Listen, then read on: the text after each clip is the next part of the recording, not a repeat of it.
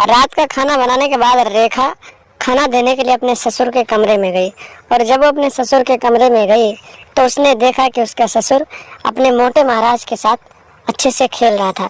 इतना सारा नज़ारा देखने के बाद रेखा पानी पानी हो गई और फिर देखते ही देखते अपने ससुर के बिस्तर में घुस गई और फिर उसके मोटे महाराज के साथ खेलने लगी और फिर अच्छे से मज़े लेने लगी। नमस्कार दोस्तों, स्वागत है आप सभी का हमारे एशियन क्राइम अफेयर चैनल में। दोस्तों, एशियन क्राइम अफेयर चैनल को आप सभी लोग सब्सक्राइब कीजिए, वीडियो को लाइक कीजिए और वीडियो को ढेर सारा शेयर भी कीजिए। दोस्तों, चढ़ती जवानी और बेलगाम हवस की ये कहानी महाराष्ट्र से सामने आई है, जहां पर एक रेखा नाम की बेहद ही खूबसूरत लड़की रहती थी जिसकी उम्र 25 साल थी। रेखा की अभी हाल ही में शादी हुई थी और रेखा के पति का नाम राहुल था। राहुल अपने पत्नी के साथ बेहद ही खुश रहता था और रेखा की चढ़ती जवानी का मजा ले रहा था। इसी तरीके से शादी को हुए लगभग 3 महीने बीत चुके थे और 3 महीने के बाद राहुल जो था किसी बिजनेस के सिलसिले में 5 से 6 दिनों के लिए घर से बाहर चला गया। जब राहुल घर से बाहर चला गया तो घर में सिर्फ उसकी पत्नी रेखा और उसके पिता थे। उसके पिता बेहद ही हट्टे कट्टे थे, बेहद ही अच्छे थे, यानी कि उनकी उम्र लगभग 45 साल थी, बेहद ही खूबसूरत लग रहे थे। तो जब राहुल घर से बाहर चला गया तो रेखा और उसका ससुर उसके घर रहने लगे। रात के समय रेखा उसे खाना देती थी और फिर आकर अपने कमरे में लेट जाती थी और पूरी रात अपने पति से बातचीत करती थी। एक दिन की बात है दोस्तों, रात के करीब 9 बज रहे थे। खाना देने के लिए रेखा अपने ससुर के कमरे में गई तो उसने देखा कि उसका ससुर जो था अपने मोटे महाराज की मालिश कर रहा था और उसके साथ खेल रहा था। इतना सारा नज़ारा देखने के बाद रेखा पानी पानी हो गई और फिर अपने ससुर के मोटे महाराज की दीवानी हो गई।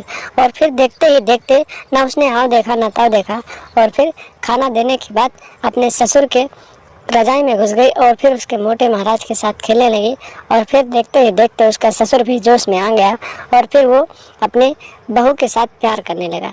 और इतनी जोरदार तरीके से वो प्यार कर रहा था कि उसकी बहू कह रही थी कि ससुर जी, आपका प्यार करने का तरीका बहुत अच्छा है और मुझे बहुत मज़ा आ रहा है। इतना सारा होने के बाद करीब 1.5 घंटे तक प्यार करने के बाद रेखा अपने ससुर के कमरे से उठी और फिर अपने कमरे में आ गई। और इसी तरीके से इन दोनों का ये माहौल चलने लगा और लगातार जितने दिन राहुल वापस नहीं आया उतने दिनों तक रेखा अपने ससुर के साथ प्यार करती रही। और इसी तरीके से जब समय बीतते गए, एक दिन की बात है दोस्तों, दिन के करीब 12 बज रहे थे।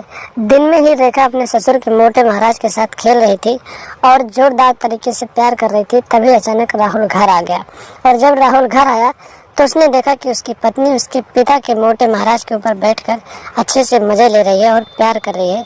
इतना नज़ारा देखने के बाद राहुल जो था गुस्से से लाल हो गया और फिर वो अपनी पत्नी रेखा को मारने लगा। और जब वो अपनी पत्नी रेखा को मारने लगा तो उसके पिता ने इसका बचाव किया। तो फिर राहुल ने गुस्से में आकर अपने पिता को भी मारना शुरू कर दिया और देखते ही देखते उसने अपने पिता को इतना मार दिया कि उसके मौके पर ही मौत हो गई। और जब राहुल के पिता की मौत हो गई तो राहुल वहाँ से फरार हो गया। उसके बाद रेखा ने पुलिस को फ़ोन किया और बताया कि मेरे घर में मेरे पति ने मेरे ससुर को मार डाला है। उसके बाद पुलिस वहाँ पर मौके पर पहुँची और पुलिस ने लाश को कब्जे में लिया और पोस्टमार्टम के लिए भेजा और फिर राहुल की तलाश करने लगी। और करीब 2 दिनों के बाद राहुल को हिरासत में लिया गया और फिर उसे आगे की कार्रवाई के लिए जेल में भेज दिया गया। तो दोस्तों, सावधान रहें, सतर्क रहें।